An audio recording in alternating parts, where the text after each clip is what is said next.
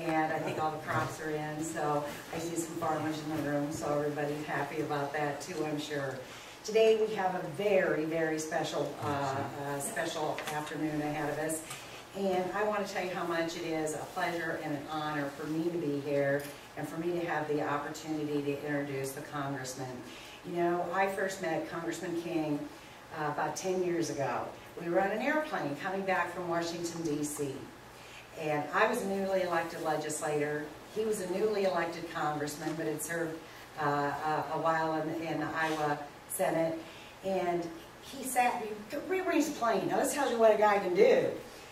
He just rearranged the plane a little bit, so I was sitting next to him. And on the way back from Washington to Iowa, he kind of put me through my paces. He made sure that I understood the issues and made sure that I was in the right place so that I could represent all of you in a very effective way. So it was a wonderful trip back. I learned a ton, and he probably did too. He maybe was nervous when it was all done, but we had a great trip back, and that's where I first got to know the Congressman. Over the years, I have just been so impressed with his ability to communicate a message and to communicate the message the voters need to hear. And his constituents are so well represented in Washington. Since redistricting, both the Congressman and I have a little new districts. I am moving. My phone's getting installed, my internet all getting installed this week. And the Congressman has a new district. So that's pretty exciting for him. While he is leaving a group of constituents that he has grown to know and to love and represent so effectively, we are the beneficiary of that because he's going to be moving our direction and going to have the opportunity to get to know and love the constituents in this district just as much as he did the last one. So today it is my pleasure and honor for you to get to listen to Congressman King as he shares his vision for American dreams, the way we can hold on to those American dreams that we have held so dear for so long, and his vision for our future. So Congressman King, thank you so much for being here. Let's welcome you. Thanks very much, Linda. Thank you. Thank you very much.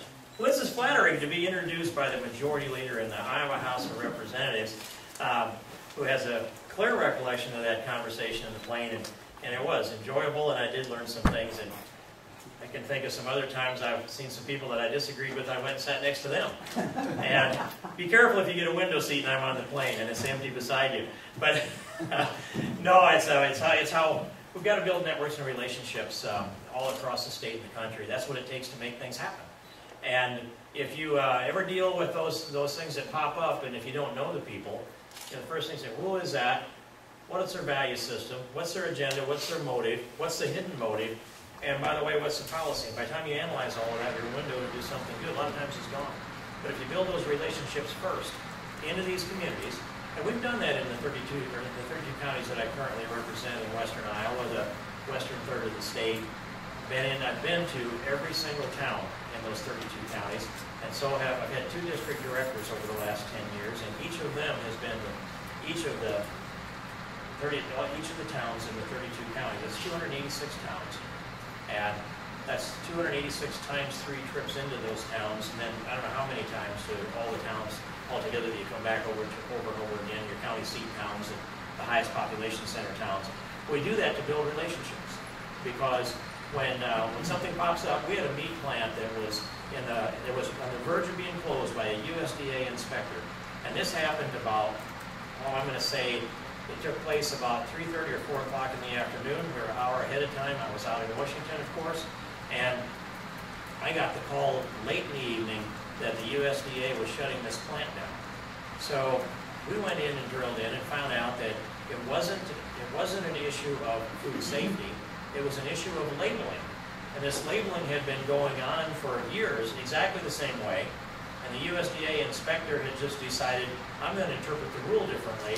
And now your labels don't meet the requirements of the USDA, and now this $1 million+ in food product is going to have to be stopped, perhaps quarantined, maybe thrown away. And so I picked up the phone at about 10:15 that night, and I called the appropriate USDA person. We had already had the relationships in the community and with the people that ran the company, We knew what they were made of. We knew that food safety was a high priority for them. And we know also that regulators will change their mind on the labeling from time to time. And so we got a stay of the execution of that company, so to speak. It was 40 to 50 jobs. And by 8 o'clock the next morning, everything was ironed out and they opened up in a normal fashion. And that's what relationships will do. You have to be out there and go into the communities, and we'll build those kind of relationships across this new 4th district in these 39 counties, 21 new counties. And I'm very fortunate to have the 18 counties that are Northwest Iowa that I represent today. It's a very, very strong base. And any way you want to look at the polling numbers, we are very, very strong where people know me. And part of my job is to get to know people across the whole district. And so that's part of this sweep that we're going through here in our Restore Our American Dream tour throughout mostly the new counties where we haven't had as much opportunity to interact. And I'll take questions on any subject matter, but I want to give you shortly the background I'm in. And I see, first of all, if I want to know how someone will react under certain circumstances, I want to know what their value system is. How do they make decisions? We can't always anticipate what the question will be, but we can take a look at people's background to get an idea of their value system. And so for me, I'll just tell you a little bit of that. And then I grew up in a law enforcement family. My father was a manager of state police radio stations and born in Storm Lake. And then I started kindergarten in Goodell. We just came through there a little bit ago. And I remember when they built the swimming pool in Belmont. I learned to swim in Clarion. And I remember when they shut the pool down in Clarion because of polio that summer. So that's been a little while ago. But this whole circle of born in Storm Lake, up to the Goodell and Belmont area, and then down to Denison, and that's where I finished high school in Denison, then went to college at Northwest Missouri State, and came back from there. And in the summers I was doing construction work, stayed in the construction business. I started out on a pipeline, swamping on a bending crew in a pipeline. And that meant I had to run 10 miles a day, and about a third of that distance I was either tossed into the air on one end of the light end of the pipe or slammed to the ground on the heavy end of the pipe. And it was me and 2 Native Americans and an Irishman named Kenny McGill that ran for the crew. And what you had for lunch was whatever you could buy in the grocery store that would sit in a cardboard box in 100-degree heat and not get spoiled too much. And the first day was an onion sandwich because I didn't have a lunch that day. And from there on, it got easier. But that's part of the background. And then in 1975, Marilyn and I were living in a 1-bedroom farmhouse 7 miles south of Denison. She was waiting tables at the steakhouse for, I believe it was $1.25 an hour in tips. And I was running a bulldozer, and we were watching our net worth go down into the red. And I concluded I needed to do something to take the control of our destiny. So I convinced a banker that everybody's in sales one way or another. And if you see some guy and he's got a good-looking wife and he's not so pretty, you know he's a good salesman. Well, that's me. And I was able to sell the banker on the idea that he should loan me 100% to buy an old beaten-up bulldozer. And I put it out to work, and the engine blew up after 3 hours, and we had to tear that all down out in the yard in the rain and put it all back together. And we used to joke that my machine shed was that shed with the blue roof and the cottonwood rafters. But actually, it was a dead elm tree. And I have used a dead elm tree for a hoist to lift the cable unit off and strip a machine down. And I'm still here. It's a choice I had. But we went through a lot of things the hard way, and we rebuilt that machine and put it back to work. And over time, good things happen, bad things happen. You learn to persevere or you go broke. I never made any provisions for failure. I always planned all my focus and energy on succeeding, not on failure. And we went through the farm crisis years of the 80s, and it was a tough go all the way through. My bank was closed by the FDIC on April 26th, Friday afternoon at 3 o'clock, 1985. And I just remember the Highway Patrol came and put a red seal, just like a red piece of paper, taped it to the door of the bank, and they posted a guard there with a full uniformed Highway Patrolman was there when I went by. And I actually had 2 pennies to rub together in my pocket. My bank account was frozen, because my loan account was frozen. I had a payroll to meet. And a lot of my customers' accounts were frozen too. We went through those times. A lot of you have gone through those times. And we went through the 90s when the markets changed the other way and things got a little better.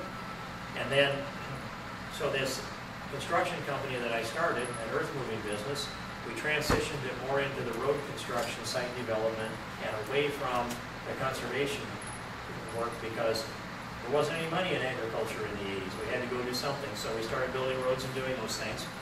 And then in the 90s, we found ourselves in 93, under the floods we had in 93, we had 4 major projects going on simultaneously.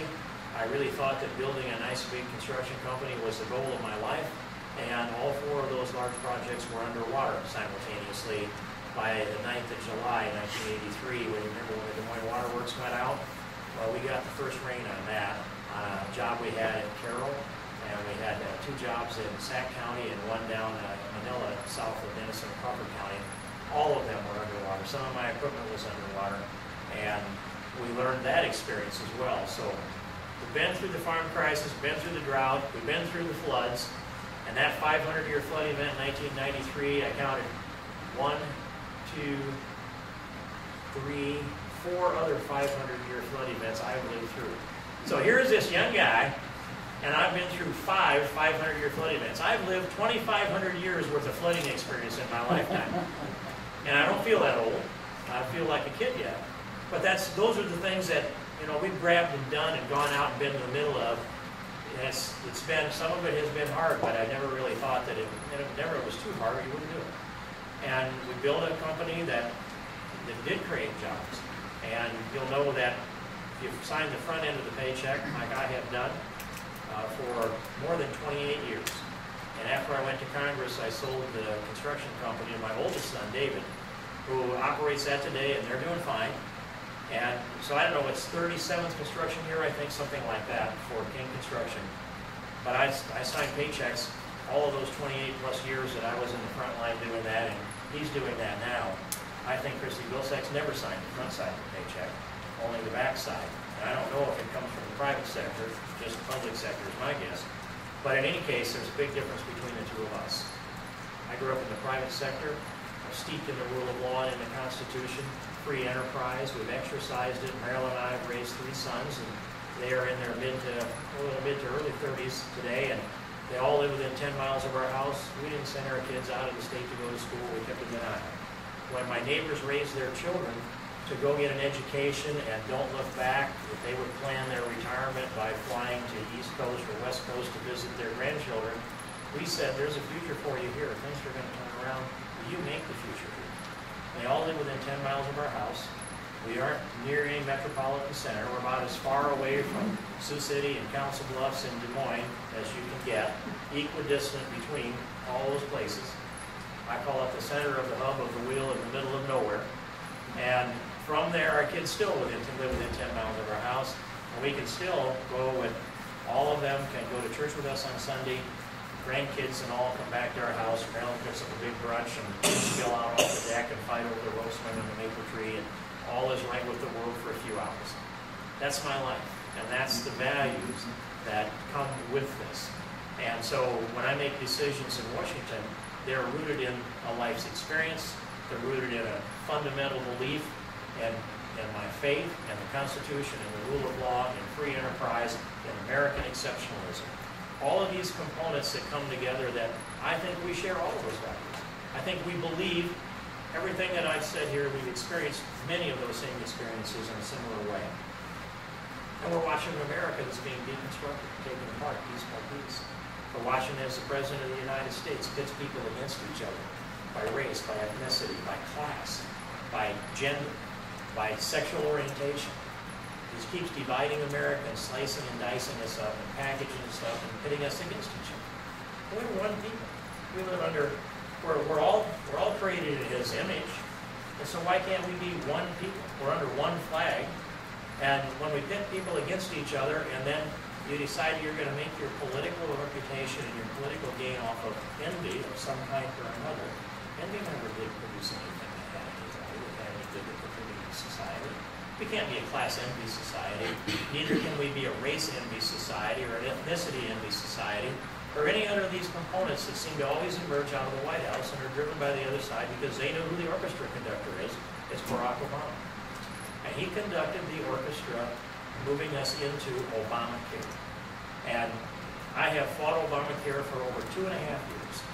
And I pitched a lead battle on it in the United States Congress, called a press conference there that tens of thousands of people attended. The largest press conference, I think, in the history of any member of Congress had called. They came from all 50 states. And they rose up and said, keep your hands off of my health care. I want to maintain my American freedom and liberty and my constitutional rights. Well, by legislative shenanigan, by hook and by crook, they shoved Obamacare through that Congress. It wasn't the will of the people. It was, they wanted to deem it passed at one point, you'll remember. And they also, out of the Senate, they split it up and did some under reconciliation, so that it only took a simple majority, and it was filibuster proof. And then the president said he would amend Obamacare by executive order after it passed, so that got Bart Stupak's vote and supposedly that of 11 others. And they packaged this thing up in 2 different bills and crammed it through. And America was there, surrounded the Capitol. This is the only time I think this has ever happened in the history of America. Tens of thousands of people came. I wanted to build a ring around the Capitol. I wanted to put a human chain around the Capitol. Well, we did that all right. But it wasn't just enough people that could go hand to hand and barely reach around that huge Capitol building.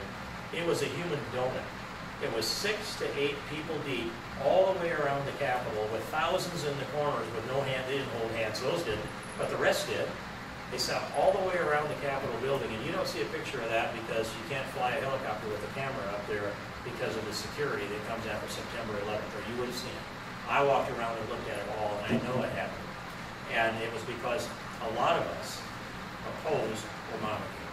And I lead that operation. I drafted the first piece of legislation to repeal Obamacare. I brought the discharge petition. I work against it every day. I'm not satisfied with the idea that we would repeal the most egregious aspects of it. I'm only satisfied when we pull it all out by the roots. It must all go.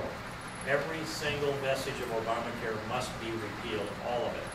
Not leave even a tiny little part. If it has merit, if any component has merit, bring it then and let it stand on its own. And we'll make those decisions then in the aftermath of the repeal of Obamacare. So I'm 100% for the 100% repeal of Obamacare. And here's where the contrast comes. Christy Vilsack is for Obamacare. She has said she doesn't know how she would have voted, but she can answer the question on how she would vote when the repeal would come, if she should be in Congress to do so, and I don't think she will. But I'll say, I am for the repeal. Everybody knows it, 100% repeal. I'm the author of the repeal, after all, and my language passed the House and was offered in the Senate, where every Senate Republican voted for my repeal of Obamacare a little more than a year ago. Christy Vilsack's for it, I'm against it. That's one thing that's a clear contrast, and I think if you look at the state of Ohio, where they had a ballot initiative to amend their constitution to protect Ohioans, hard to say that when you're from Iowa, Ohioans, from an individual mandate requiring them to buy health insurance, then 66% of a union-heavy turnout in Ohio voted to reject Obamacare. If that's what they think there, what must we think here on balance? I think we're stronger in opposition of Obamacare here, and it is a defining issue. When people go to the polls and they think Christy Vilsack, Steve King, they need to think, if you vote for Christy Vilsack, you're voting to extend and perpetuate Obamacare. If you vote for Steve King, you're voting to rip it all out by the roots. And by the way, the second thing that would happen would be the first vote that she would put up if she were elected to Congress. That would be for Nancy Pelosi, for Speaker again. To put the regal lady with the Magnum gavel back in the Speaker's chair, I don't think Iowans want that. And so that's the Obamacare piece. Second component, that's plank number 1 in this platform. And it's plank number 1 in our Restoring Our American Dream tour that we are on, and the theme of this campaign. Second one is to bring a balanced budget amendment to the United States Constitution. I have come to the conclusion that the will to balance the budget does not exist in the United States Congress. Even with Republican majority in the House, you can't get a reasonable balanced budget amendment passed out of the House. Surely can't do it out of the Senate, but we're going to get some new people after this next election, and the format will be this. I'm calling upon Mitt Romney to call upon the American people to give him a mandate to press for a balanced budget amendment to our United States Constitution. If he's elected to the presidency with a mandate for a balanced budget amendment, the expectations from the people will be there such that Congress will be compelled to send that balanced budget amendment to the states for ratification. It takes 38 states. I want Linda Upmeyer to lead that charge in the Iowa House of Representatives starting February of next year. Absolutely. That'd be my goal. And see, Iowa will be the first state to ratify with the new majority in the Iowa Senate. And you know how that hopefully will go. So, I mean, that's a very strong position on my part. I want to cap on 18% of our gross domestic product. Supermajority to raise taxes, a supermajority to lift the budget ceiling and the debt ceiling. Excuse me. Those would be the provisions of the balanced budget amendment, and that would be plank number 2 in this platform. Plank number 3 is one I've talked about a lot, and I have to be careful I don't go too deeply into all this. Energy. Energy being a component of our economic development in every way you want to imagine. Everything that we do takes energy. Whether it's gas in our car to go to town, whatever you make, whatever you do, you have to deliver it too. That takes energy to get there. It takes gas, diesel fuel, it takes electricity to turn on the lights. That takes energy to run your computer. Everything we do is tied to the cost of energy. And the United States of America may well be the large country in the world that's the richest in overall energy. You look at the petroleum that we're finding now up in the Bakken region in North Dakota. You were watching in the gas regions around. They popped up about 3 large gas fields in America. And the development they're doing with the fracking that is now revolutionized in oil production here in the United States and around the world. But I'm talking about petroleum that brings us gas and diesel fuel, kerosene and jet fuel, and those other products that spin off of it. That's one of the components that needs to compete against the other components of energy.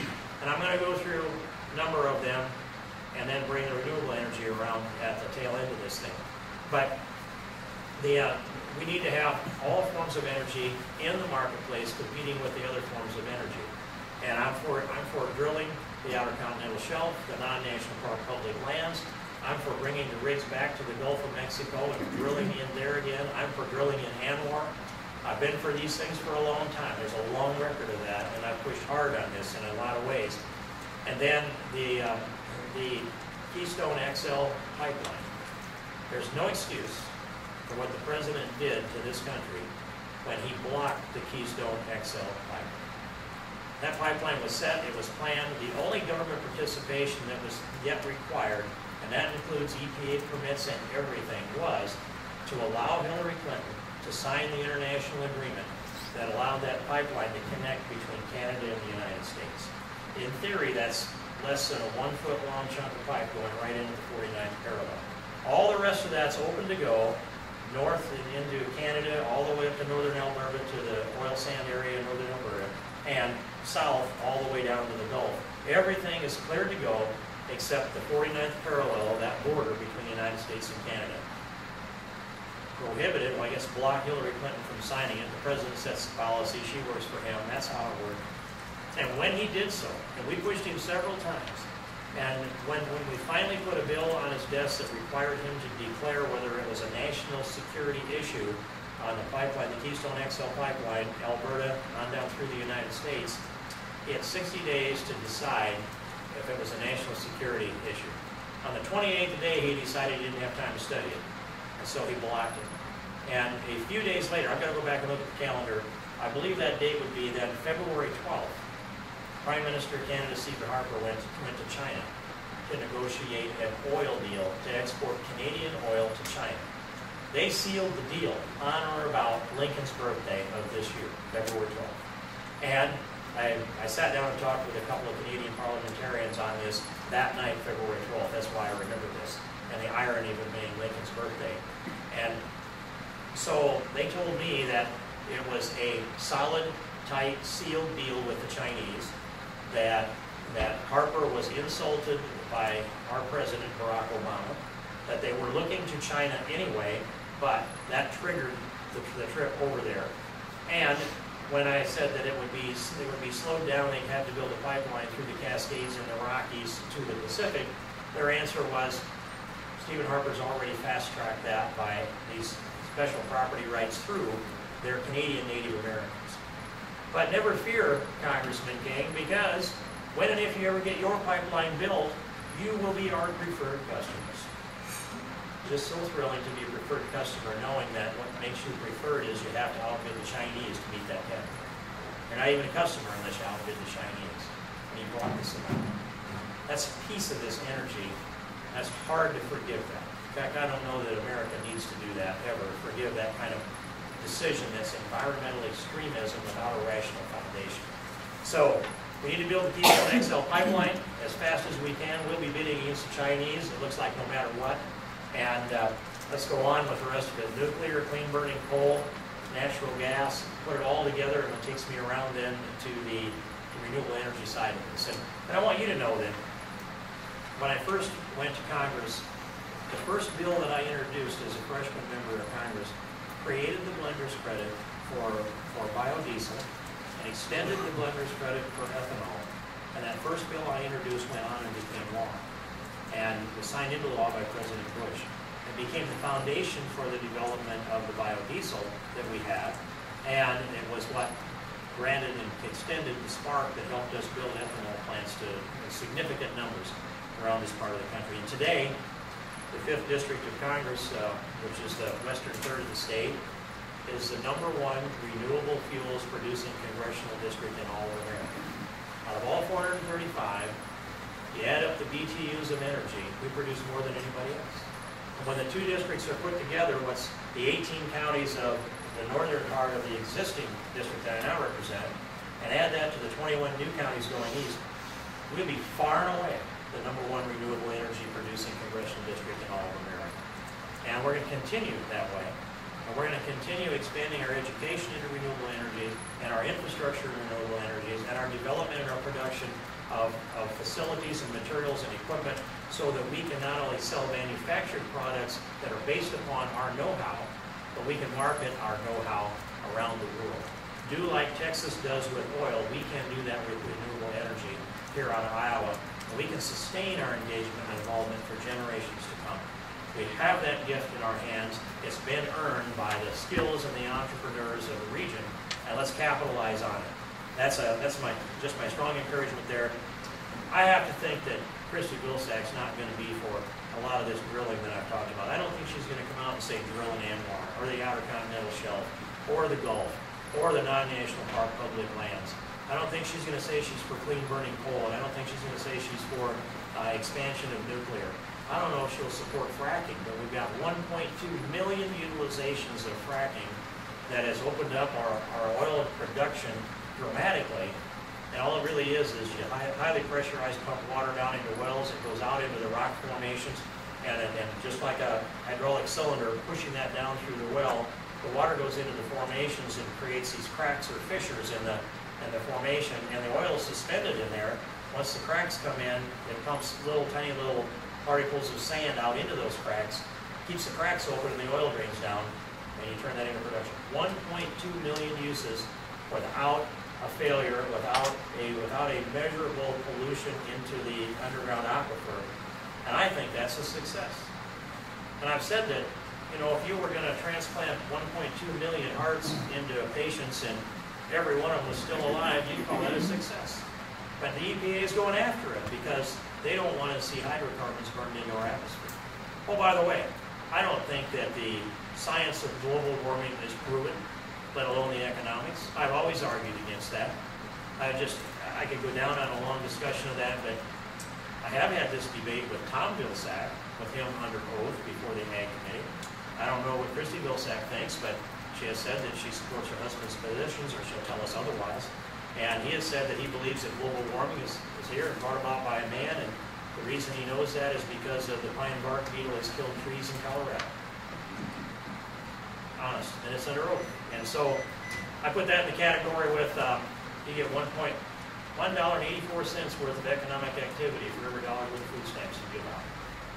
Those two things are, I think, part of the mantra on the other side of this agenda. I'm a free enterprise person. I think people should be rewarded for what they do.